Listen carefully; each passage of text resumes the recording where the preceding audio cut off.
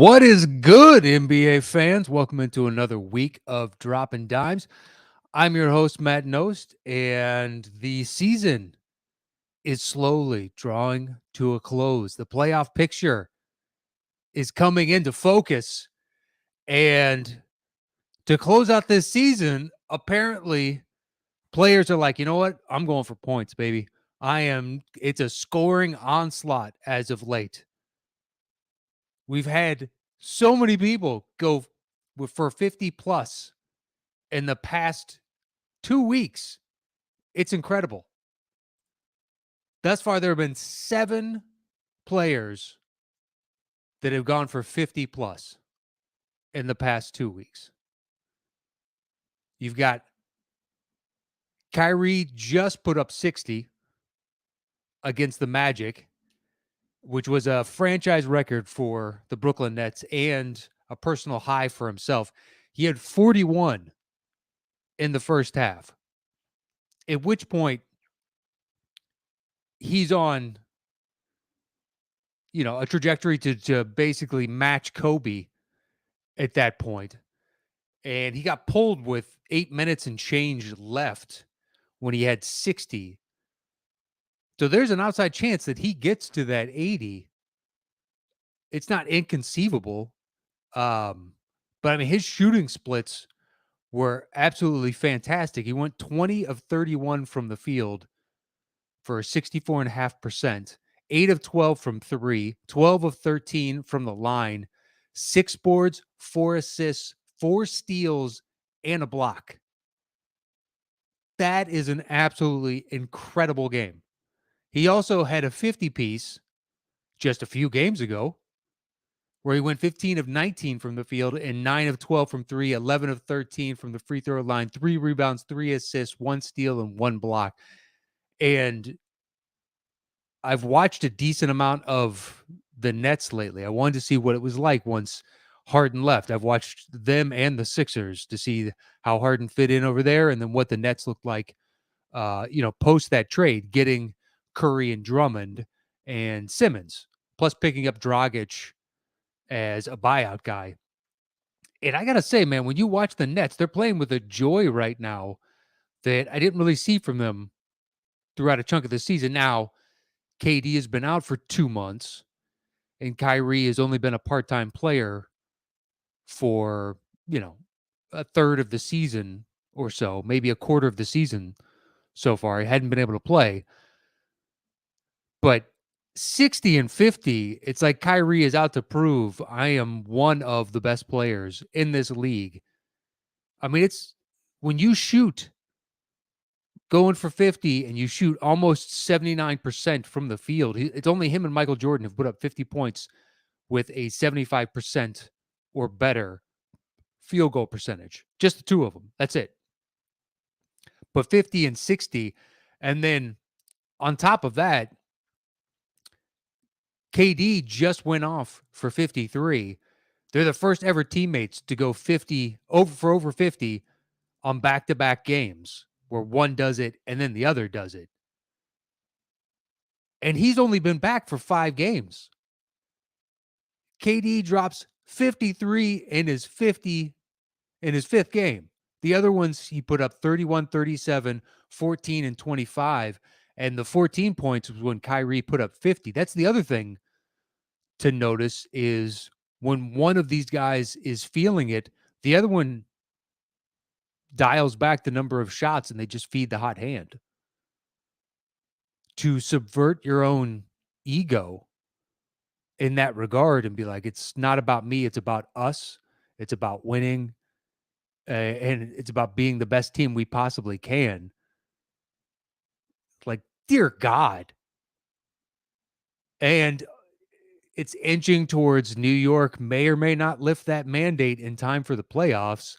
There's a lot of pressure now from baseball because the unvaccinated players for the Yankees and Mets won't be able to play in home games. And it's one thing when basically it's just Kyrie, and then it's another where it's going to affect 3 teams at this point. There's going to be some pressure on the mayor's office to change the mandate, especially if it's been lifted. I mean, Kyrie showed basically how the law doesn't make a tremendous amount of sense. And I am, as you know on the show, I'm pro-vaccine. I'm vaccinated myself. But Kyrie was able to buy a ticket and sit courtside without a mask, unvaccinated, and that is not in violation of law. But if he crosses the out of bounds line and goes onto the court, he cannot. And I understand why they have it in place, at least the thinking up until this point. But I'm not advocating. I don't know what side of the issue, because I don't know the ramifications of the basically what's going on in New York. So I'm not going to discuss that. I don't live there. I don't deal with it, and I don't follow it. So I don't have an opinion. But those two, if they can just trade that back and forth, suddenly, I mean, if they end up in they'll end up in the play-in game more than likely, unless things go catastrophically wrong for a couple other teams. But they'll be playing. They win that. Well, as it stands right now, they play Toronto in Toronto, which Kyrie cannot play there. So if they win that one, they go on to take Milwaukee in the first round. But if they lose that game and win the second game, then they take on Miami. And that is a problem for either team. Even with Miami's depth, I think Milwaukee, having slayed that dragon last year, might go in with a little bit more confidence than, say, Miami does. But Miami's got depth. But those two are just flat going off, and they're not alone. Cat just dropped 60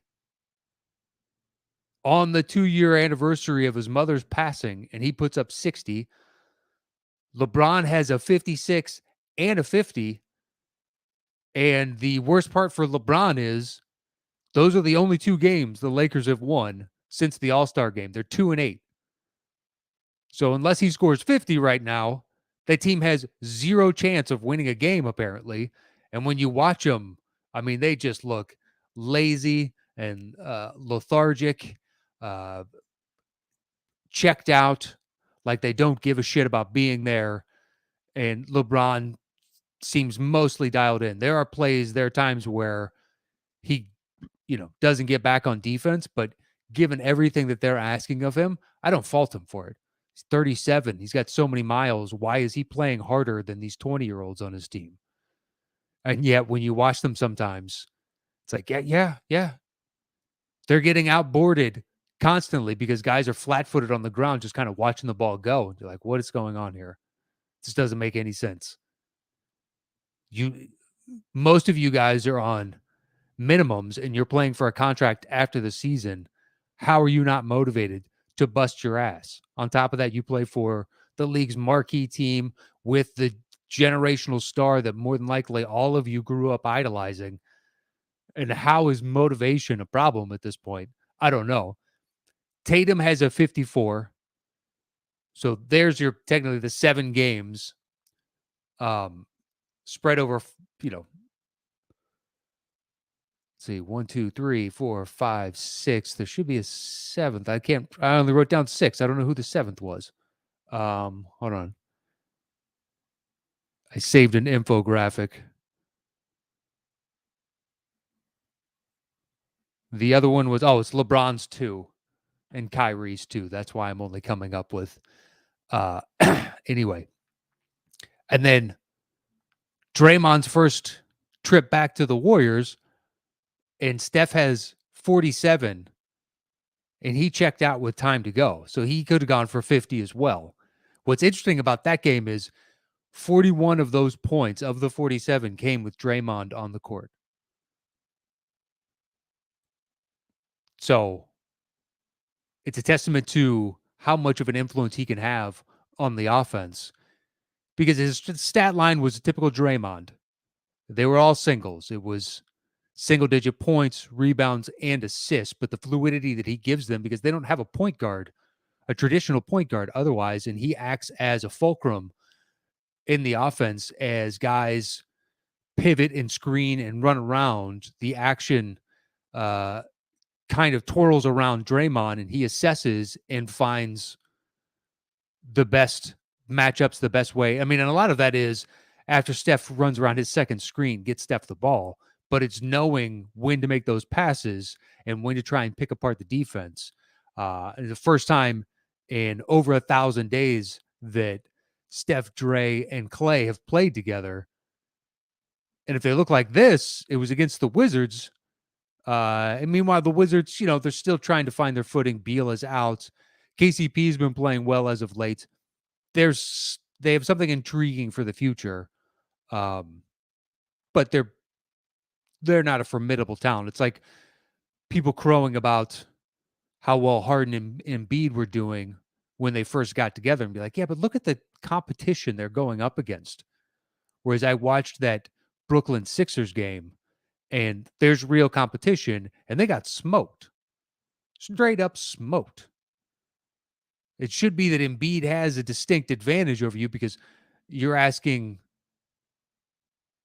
Drummond and Aldridge to be able to stop an MVP caliber player.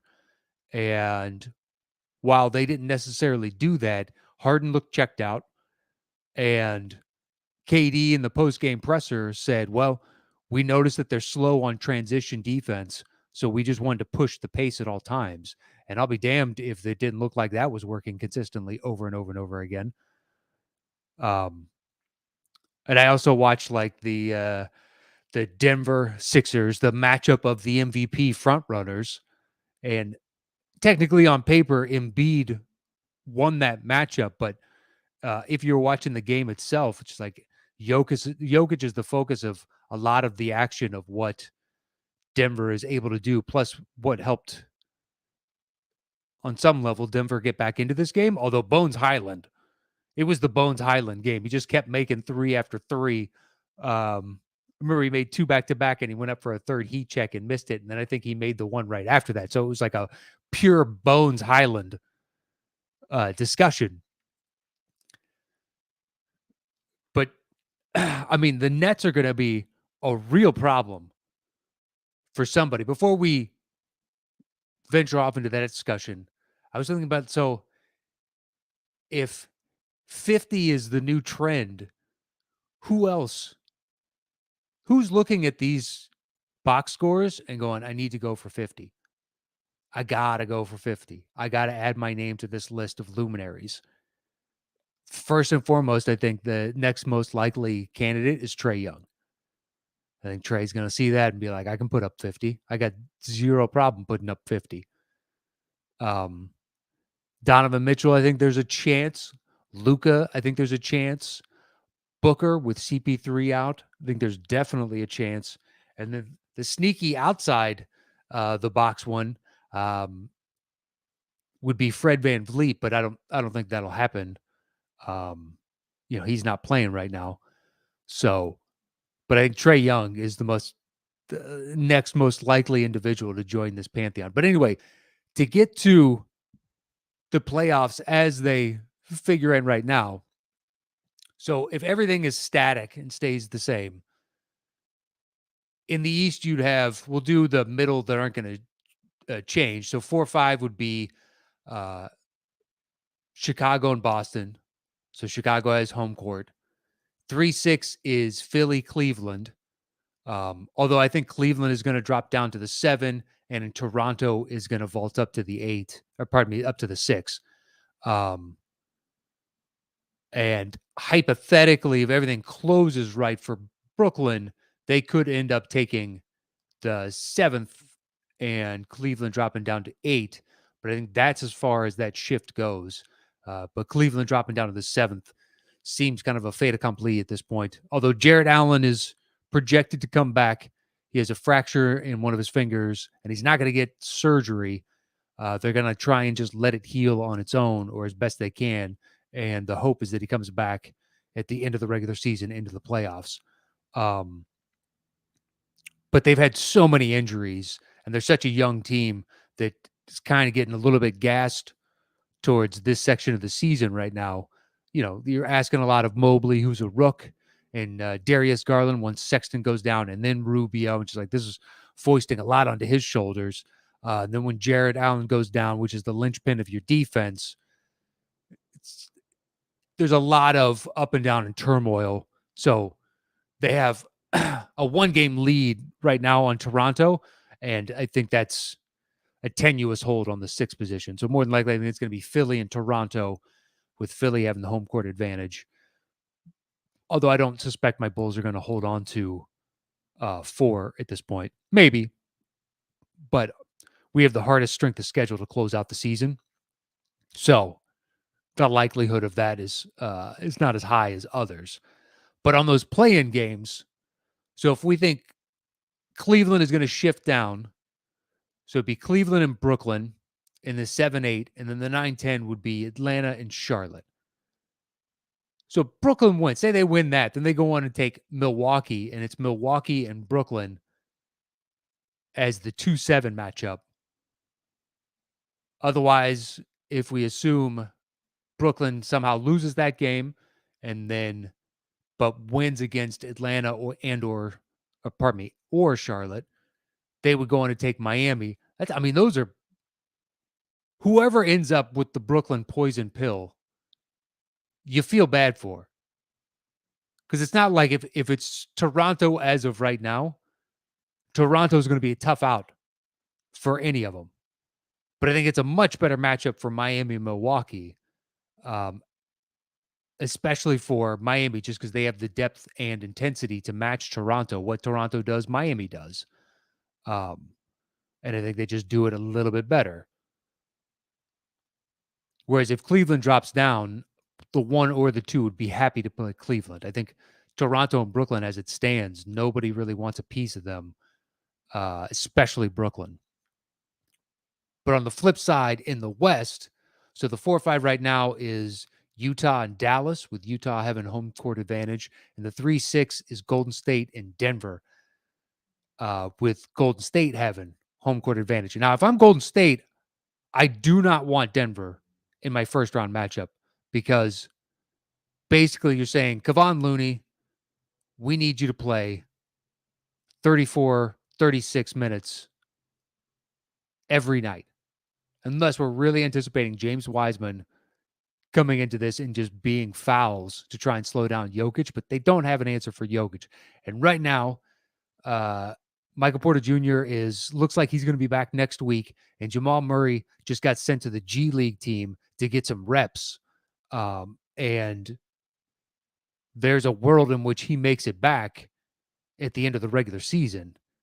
And suddenly Denver goes from all these guys that are really interesting, but we don't know what they're going to give us in the playoffs, to you're getting one exceptionally proven player back in the playoffs in Jamal Murray, who's going to have some rust on him. He's not going to be the same, but you will get flashes. And then Michael Porter Jr., who's also stepped up in relatively big moments. He also withered on the vine a little bit once Jamal Murray went down with injury in the bubble, but he was a rook at the time, and picked up his scoring pace a little bit. But he's also had the maturation of another almost 2 full seasons since then. So if I'm Golden State, I want Dallas, I want Utah. And I don't know that Memphis is going to relinquish that 2 seed. So you would need to drop down to the 4-ish range, or start rooting for Denver and get them up to the 5,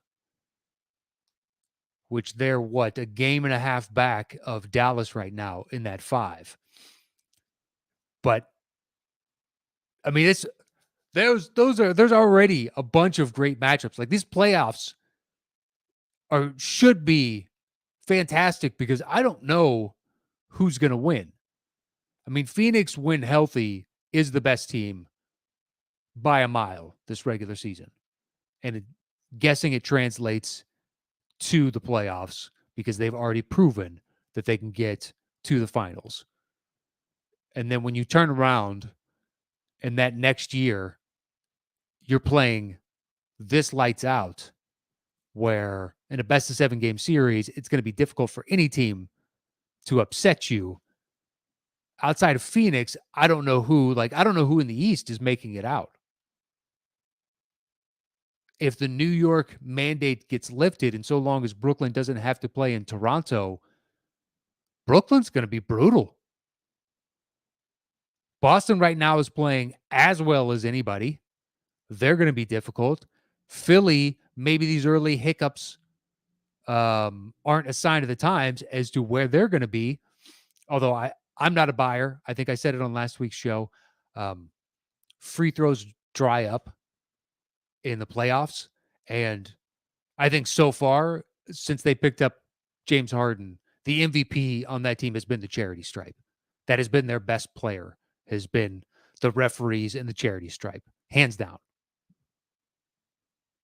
So once free throws dry up and say you're getting 25 to 33%, so quarter to a third less free throws a game, well, considering you have two guys that live at the line, you're going to have to make up for that offensive output somewhere. And it looks like Tobias Harris is shrinking from the moment. Losing Steph Curry really hurts them as far as offensive punch. Matisse Thybulle, teams are just daring him to shoot, and he's got to do it to keep him honest. But I don't know if you're expecting Danny Green to jump in here. Tyrese Maxey, I think, is the wild card. He could step up and get those extra shots in and make them.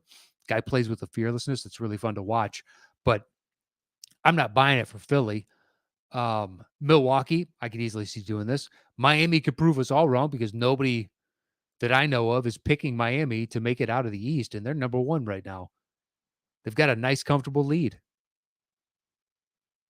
And yet I don't know a single person outside of Miami fans that are like, it's Miami. Miami's going to win the East and win it all. I have not heard a single person that I know or pundit or anyone else select Miami as their odds-on favorite as of right now. And then the play-in game in the West on the flip side, 9 and 10 are locked. It's the Lakers and Pelicans in some order. The Lakers have a 1.5 game lead right now, and I don't see them relinquishing that anytime soon. And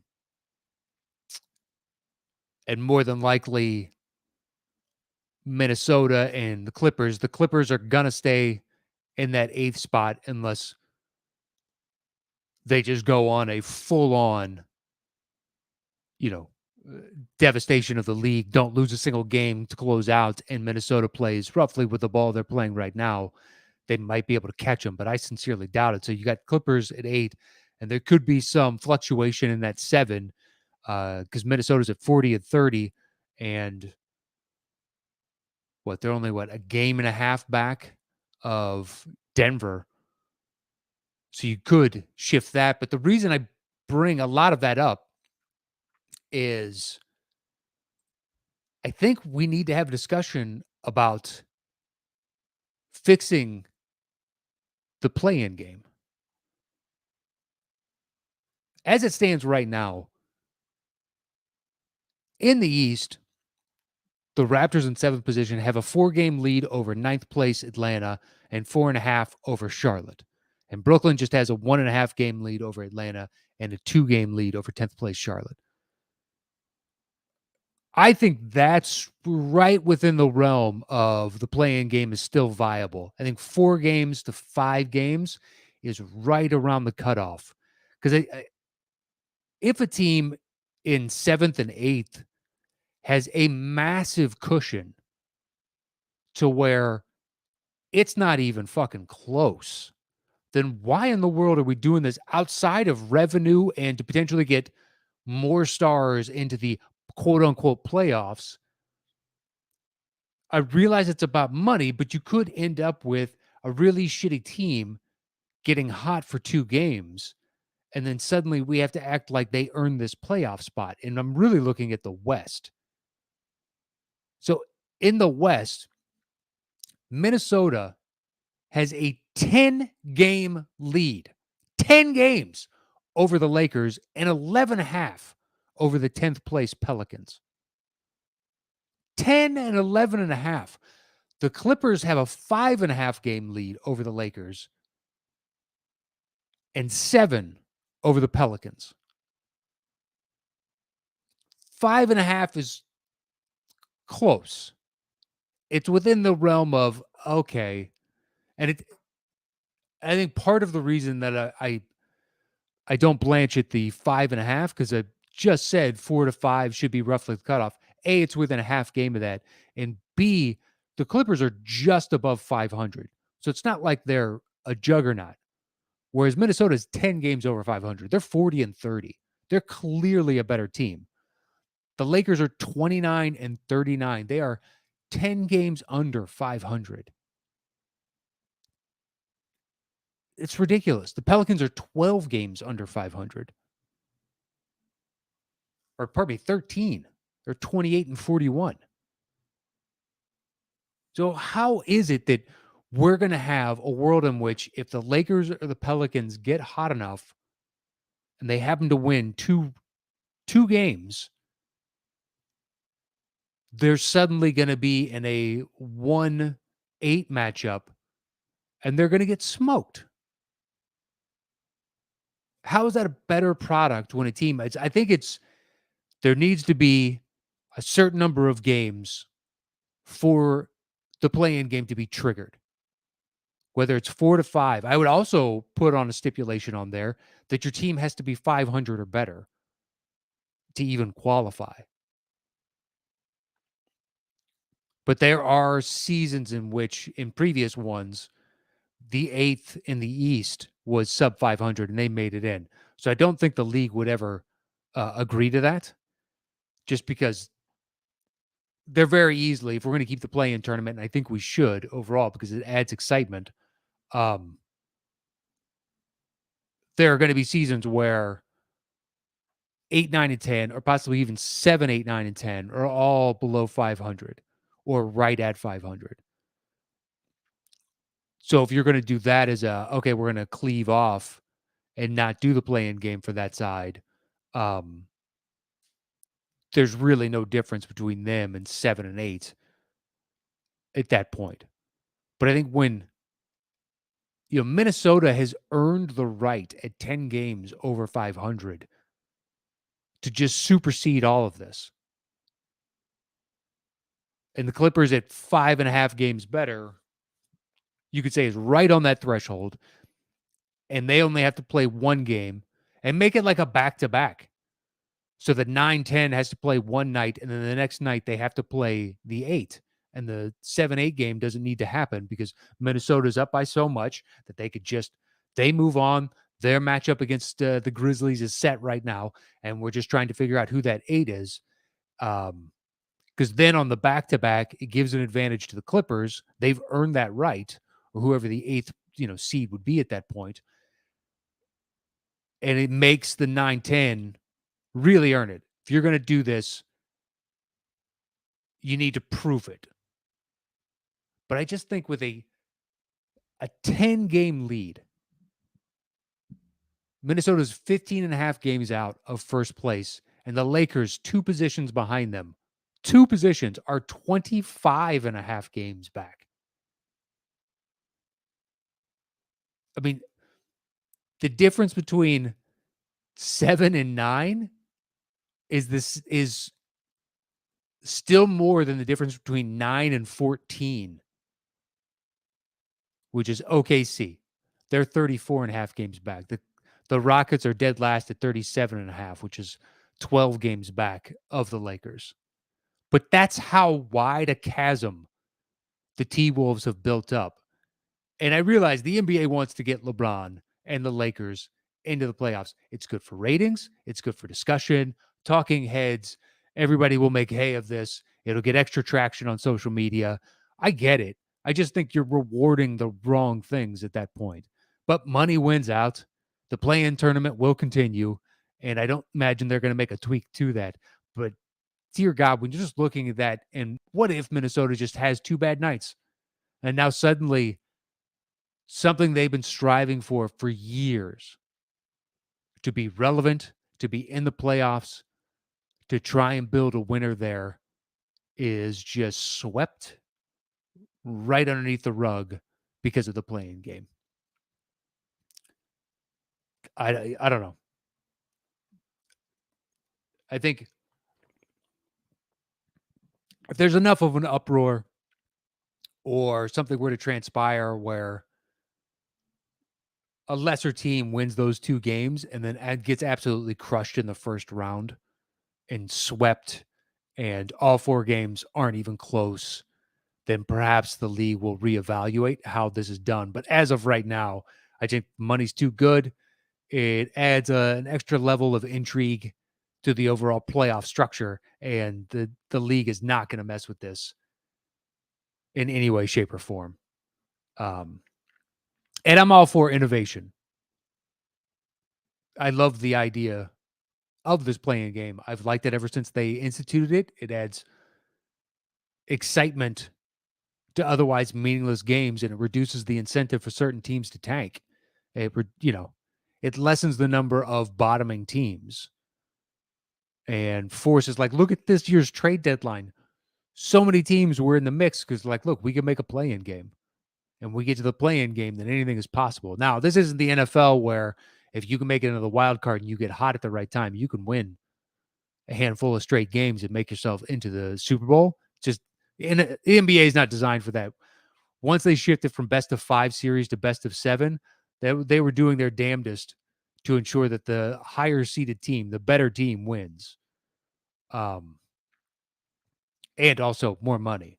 But part of that motivation was we don't want to see teams potentially on their ascendancy get shuffled out of the playoffs too early when we've kind of built storylines around these players.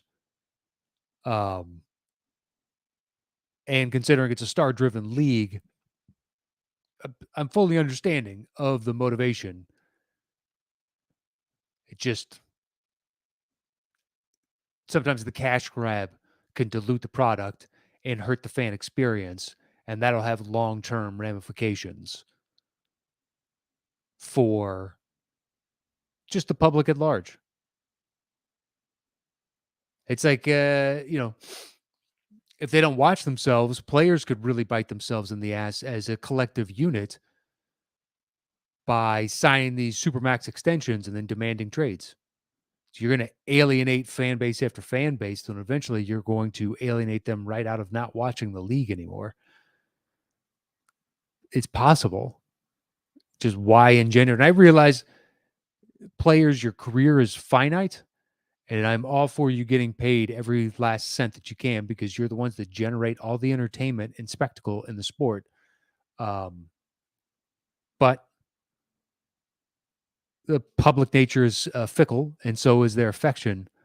And the owner is usually pretty faceless, whereas players are front and center and everybody knows who they are. So it's easier to affix a problem to them because you can visualize who they are without having to see a picture or understand. Whereas if you said the owner of probably 24 or 25 of the teams, person in that city cannot visualize who that person is, whereas they could tell you who the star of the team is.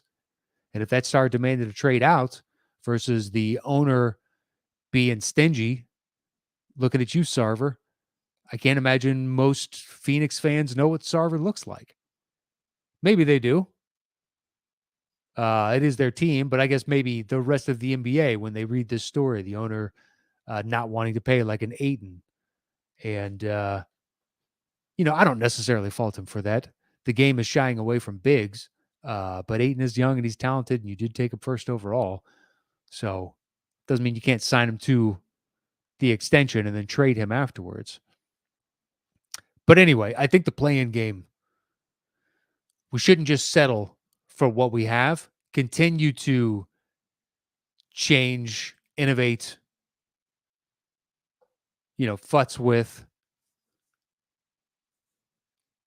Use the G League as the testing ground, which they have done and intend to keep doing. Um, I think next thing that Silver wants to do is get that mid-season tournament going. I'm not entirely sure what that is for outside of it works in soccer, so he wants to bring something like that to the NBA. Maybe it will. I don't see the benefit for the players. There's got to be some sort of added bonus there. But the fact that the league is not going to stagnate and just rest on its laurels is a good thing. All right, so that's all I had planned for today. I'm going to break over into the chat, see how everybody's doing. Jeremy Bauer says it's a lovely day for basketball talk. That it is, sir. That it is. A mild-mannered comic nerd says, yeah, I'm interested to see what happens with the Nets this year. They've become the most intriguing team over the past week. It looked like it was going to be the Sixers for the public at large, but I think the Nets have stolen that thunder. And when it's cooking, you have Durant, who's pretty much impossible to defend, and now you're throwing Kyrie playing the best basketball he's played in a long, long time, if not of his life. And then you add in all the stuff, all the other players that they have, like Patty Mills, I'm a big fan of. The pickup of Dragic is really nice to have another ball handler out there and somebody that can play make. Seth Curry does not need the ball in his hands and can shoot lights out. If you get Ben Simmons back, put him in the dunker spot on offense, but then now on defense, you have somebody who can guard pretty much anybody outside of your most stout centers. Depending on what lineups they go through, they could have defensive matchup problems with the right certain teams, but every team's got its faults, So they become really interesting. Steven Salas says, Celtics, baby, let's go. Look, Celtics are, you could sell me on a world where they make it out of the East right now. I didn't. After 20, 30 games, I was like, shit. Is this finally the year they break up these two? Because you don't want this to turn into a CJ and Dame situation where they could have sold even higher on CJ previously. And they still got, I guess, a nice return. But a player of his caliber, I don't think they got quite what they could have maybe a season or two ago. So you're staring at it going, shit, they're going to have to break these up. So Jaylen Brown is going to be somewhere else because they're not going to give up on Tatum. And since then, it's a lot of like, what the Nets have going for them. If somebody's got the hot hand, they feed that. And when I've watched them, which I haven't watched that many games as of late, I told you I watched that Nets game and I've watched a handful of others over the past few weeks. They're switching on defense. They're pretty tenacious there. Time Lord has stayed healthy, but he's gotten smarter on defense. And they seem to ISO less, which, given the fluidity of modern basketball, it's a wise decision to try and ping the ball around and get more guys involved. I mean, Marcus Smart was probably right. I liked it at the time. He got dragged for his take, but I agreed with him. So Jeremy Bauer says he sees Steph going for 50 next. Entirely possible. I just think Trey sees the other players do it and is motivated by that fact of, I want my name in the same breath as those guys, whereas Steph already knows his name is there. So I don't think he has the direct motivation to go out and get 50. But you're not wrong. Steph is in that mix as well. And Jeremy also says he's happy to see Caruso back. I love it. The first game he comes back, it's the first time we've held any team under 100 points since he left. It's what's upset me about watching the Bulls since him and Lonzo have been out. It's like our defense is beyond porous. Our only hope is to score more points because we're not going to stop anyone. But Lonzo is projected to come back, and Pat Williams is projected to come back as well. So suddenly our defense is going to take a nice kick in the ass. And you couple that with DeRozan and Levine, if we can get back to full health, suddenly we're a real problem. God, it's been so long since I've had a Bulls team to give a shit about. It's fantastic. Steven Salas says Philly's so overrated. They're losing the first round against whoever they play. Bet on it. I would say that, but I also said at the beginning of the season, their over-under was too high, and I'm pretty sure they're gonna hit their over-under. So, and I know a few people that messaged me after I did my preview show and said, "I took your advice and I bet against Phillies over, and now I feel bad." I mean, I stand by the statements I said at the time where they're gonna have to deal with the turmoil. And they started the season, they looked like shit, and I was happy with myself at the time going, "I fucking know it. I know it." And then they've rounded a corner, and not Jokic, pardon me, Embiid has stayed predominantly healthy. And well, when you have somebody that good out there for the season, they're going to be a tough out. TJ Martino says Doc has got to go. We shall see. JMB says he feels that way about the new NFL playoff format. I'm guessing that's in regards to the play-in game. Yuri McGarley says, I bet LeBron isn't complaining about the play-in tournament anymore. No, I don't think he is. His statement was, and I could be getting this wrong, he's against it, or at least he was on its inception. But I believe the quote is, whoever came up with this should have been shot. I could be wrong, and I don't want to put words in the man's mouth, especially once you use that kind of verbiage. But yeah, he's got a. I mean, his team should be on the outside looking in when you're that down by that many games. 5.5 those with the Clippers is still plausible, but the fact that he's going to be in playoff mix, it all hinges upon, is Davis going to be there? And then there's the Davis quote of, well, Phoenix knows had I been healthy, we would have won that series. And be like, okay. I could also make the case of, if the league didn't have to cease operations for a couple months, you guys don't win in the bubble because LeBron doesn't get that rest right in the middle of the season that he used to have to take off from his teams when he was with the Cavs and going down to Miami for a while, just to get a little respite during the season. So suddenly he comes in and he's got fresh legs at just 35 years of age, makes a hell of a difference. So you can play the, if this had happened, that would have happened all day long.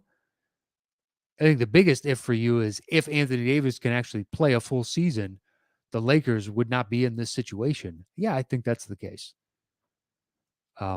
Still upsets me that he made the top 75. I don't think he's a top 75. Does he have all the talent in the world to be top 75? Yes. Has he given us a proven track record of being in that inclusion when you keep someone like Dwight Howard out? Which, of the two, I think Anthony would be much more fun to hang out with and is a better player on paper. But Dwight, just like he was in the MVP discussion, defensive player of the year on end, led a team where he was the central figure to the finals. It's like his resume on paper is stronger. Just Anthony Davis, if healthy, is better. So little inner chat discussion. Professor Rhino says, love you, Knost. Thank you, sir. So Yuri McGarley says, I can't wait for the playoffs to start. The regular season is pretty much set already. It's close. There's going to be certain fluctuations, but top sixes are not fully locked. Cleveland should drop down to the 7, and Toronto vaults upward. But 1 through 5-ish in the East is probably set, and 1 through 5 to possibly 6 in the West is set as well. Minnesota still has to make up a game and a half. It's possible, but Denver's also playing good basketball, and they're right above them. The biggest would be Golden State, but they just got Draymond back, and Golden State would have to lose quite a few games to drop anywhere out of the top 6. So yeah, those top 5 in the East, top 6 are pretty much set. So we have a good idea of what's going on there. It's going to be fleshing out the play-in game after that. I agree, though. I am fully ready for that. And my wife is already dreading when it starts because it is basketball time every night. I am watching games nonstop for months. Love it. And, knowing there's a finite amount, it doesn't bother me that you've got, 5 hours of basketball to watch tonight. It's like, I got 5 hours of basketball to watch tonight. That's pretty sweet. Looking forward to it. Um, and having that every night. Yeah, I can't wait. Jay Cleveland, do you like winning time? Yeah, it's awesome. And I love that it's once a week. Something to look forward to instead of just getting all the episodes at once, which is really easy to burn through those. Something like winning time to stretch it out. I realize the characterization of uh, Jerry West so far has not been jibing with other people's recollections of the man at the time. Basically, that he wasn't as excitable as he's shown. Was he depressed and withdrawn and sullen? Yeah, that's part of it. And competitive as hell and other things. But the flying off the handle, throwing his trophy through windows and whatnot. Apparently, that might not be fully accurate, but they do put a big fat disclaimer on the first episode and be like, this is a dramatization. We have fictionalized certain aspects of this, basically just to make a more compelling story. Which, of course, they did. I mean, how do you know the dialogue said between people unless they give you direct quotes? But yeah, it's pretty fantastic. Jay Cleveland says, how do you see my Jazz versus your Bulls going tonight? Well, first off, it's in Utah. So you got to like that for Utah. Will make a difference going into it. Utah has played pretty good basketball as of late. Not excellent, not bad. But I think with Caruso back, I don't know. I actually like us tonight. It's on the road. I realize that. But I think, we might be able to give you a nice little punch and kind of take it to you tonight a little bit. I think it's entirely possible. And we both had the same amount of rest, although we are on a road trip, so that would make a difference. But yeah, I'm gonna take my Bulls. I'm gonna believe in my Bulls and take them tonight. So TJ Martino says, Doc wasting that one time out and blowing his billionth lead of his career in Philly. I didn't like when he was hired, and he's been worse than ever could have been imagined. Promote Sam Cassell. I mean, depending on how the season goes, Doc's is probably on the hot seat. You're not wrong. And Philly fans have been exceedingly patient with this team. Amazingly. Hence the booing of Ben Simmons coming back in because they had put so much of their hopes into the process and drafting high draft picks and setting the franchise's fortunes with these young players. And it's worked. They went from the worst to a team in title contention. And now they have I'd say two top 15 to 20 guys. Embiid is top 10, depending on how you want to lay it out, top 5. Just because he's in the MVP discussion doesn't automatically mean he's top 5 in the league. Because there are a number of players I would take over Embiid if I need to win, one game or a series, a championship, or starting my team today. Who would I take? Different metrics by which, you make those different lists. But he's top 10 undoubtedly. But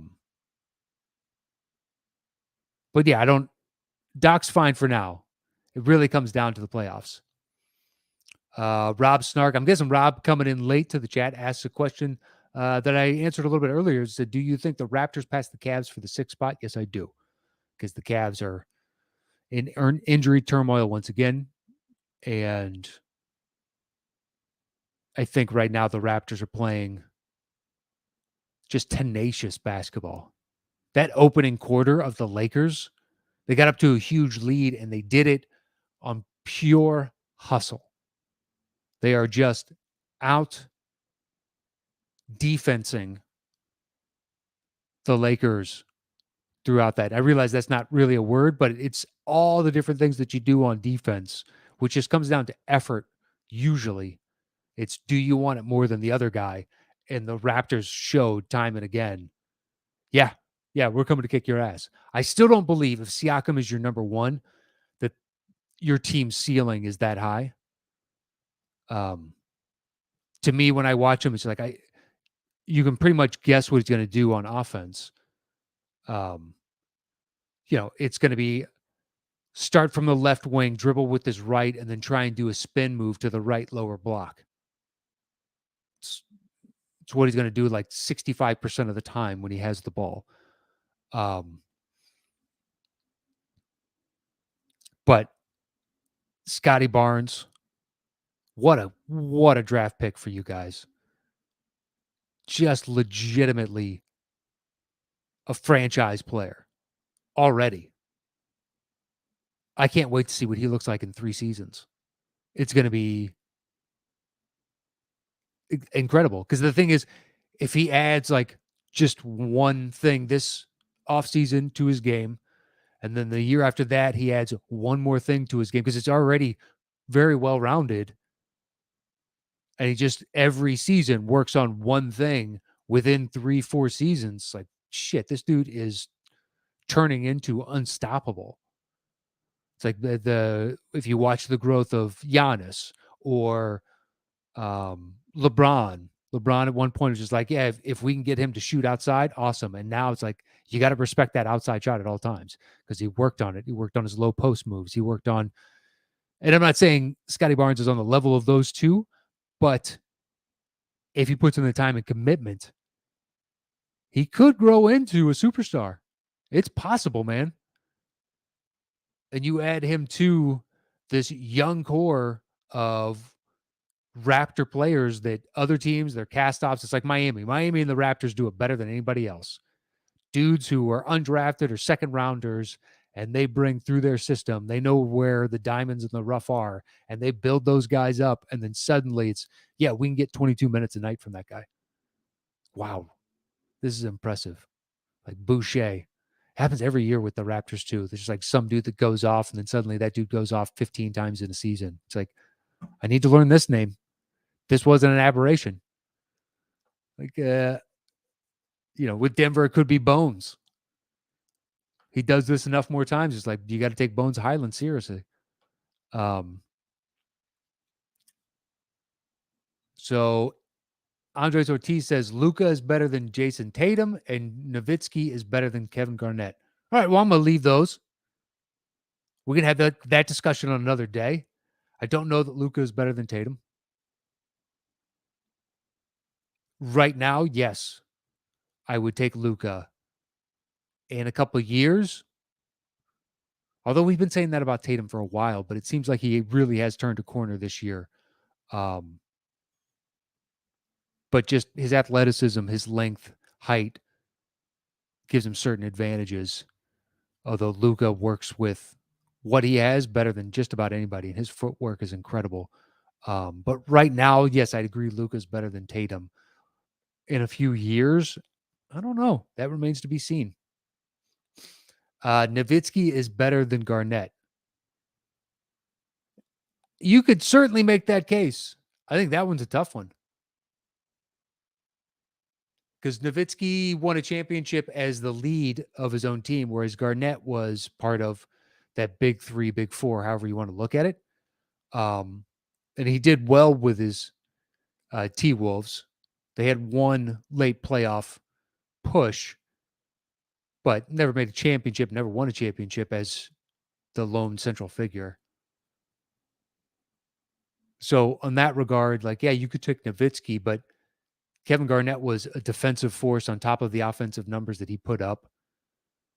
And just as tenacious as anybody, could get under the skin and into the psyche of his opponents. He brings a different level and complexion on that front to the game than Nowitzki did. So I'll close out with this. Timothy R. Williams says the Lakers are his favorite thing to watch this season, and he's a Suns fan. Yeah, I've enjoyed watching it as well. I text one of my buddies who's a diehard Lakers fan after the games to discuss certain aspects of, hey, why is so-and-so shooting as much as they are? And I'm not even talking about Westbrook. There's another player that I won't publicly, but I've told him numerous times, I really like seeing this dude fail. Just thoroughly enjoy it. And I text him every time he fails, which is a decent amount. And then when he has a good game, I'll be like, hey, he's got a good one. Look at this stat line. And then I'll go right back to, and I don't know why I focused on that specific player on the Lakers, but I have. It's not LeBron, AD, or Westbrook. I will just say that. But yeah, I've enjoyed. I also like it when the Lakers are good because it's good for the league as a whole. So it's not like year in, year out, I'm rooting against the Lakers. But any team where you fully construct like this and it's just like we're coming into it, it's just like we're going to win a championship. No one can stop us. I like seeing those teams fail. I would rather see Tim, you may have just guessed it, and I'm not going to say it on the air.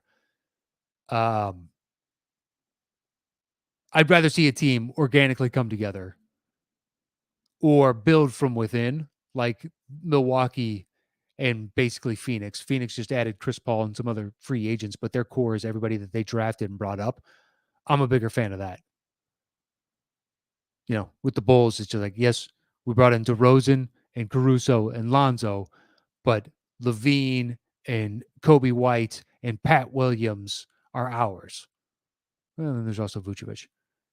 But they were cast-offs from other teams. These weren't apex predators on a whole slew of juggernaut teams now coalescing onto one. I agree with that, Tim. That's why I like watching him fail. For those in the chat, if you want to know what we're talking about right now, that's why you got to watch live. And anybody watching right now, scroll through the chat. Tim R. Williams, we are simpatico in this regard. It's all the hype and none of the payoff, and that's why I like seeing it. But yeah, I text him a decent amount. Hey, look what so-and-so did tonight. This is your guy. But anyway, I think that's it. We're at an hour. I think that's good for today's talk. We're getting closer and closer. So at the end of the season, towards the end of the season, I'll do, all NBA, first through third team, and do MVP, and then probably coach of the year, rookie of the year, maybe defensive player, maybe sixth man, most improved, maybe. I don't think as many people have an opinion of those, and they don't move the needle as much for me on some level. Most improved in six man. It's like certain types of players win each. I think most improved leads to good discussion as to what your reward. And I would have, if I voted, I would have a specific criteria that maybe we'll do most improved because it can lead to an interesting discussion. But yeah, that'll be coming up in the next few weeks. So I'll definitely do that. I'd love to hear your opinions once we get to that show. But it'll be right at probably the week before the season ends, because that last week before the playoffs start, might want to talk about playoff matchups. But I got to look at the schedule and see how those weeks line up, because it could be the last Wednesday of the regular season. Actually, the last game of the regular season is like on a Tuesday and the playoffs start thereafter. I haven't looked at the specific schedule yet, so it makes more sense to do it there and do the All NBA the week before, whatever the case is. But yeah, that's coming up. I always enjoy that at the end of the year. And that is it for me. You can follow me at Matt Knost. Thank you to everybody to join me in the chat today. And once again, I love seeing the inner chat discussion going on. Engagement, a nice little community starting that just loves hoops, baby. Just loves hoops, just like I do. And it's nice to see all of you there checking in from all over the world. So you can follow me at Matt Knost anywhere on Twitter and Instagram. And if you want to watch along and be part of the chat, head to youtube.com/dropping dimes. So you can find it there every week, Wednesday at 12 p.m. Pacific Standard Time. I go live, and it's up for anybody to see and join in with. And I think that's it. I'll see you guys next week with another edition of Dropping Dimes. Stay safe out there. See you soon. Adios.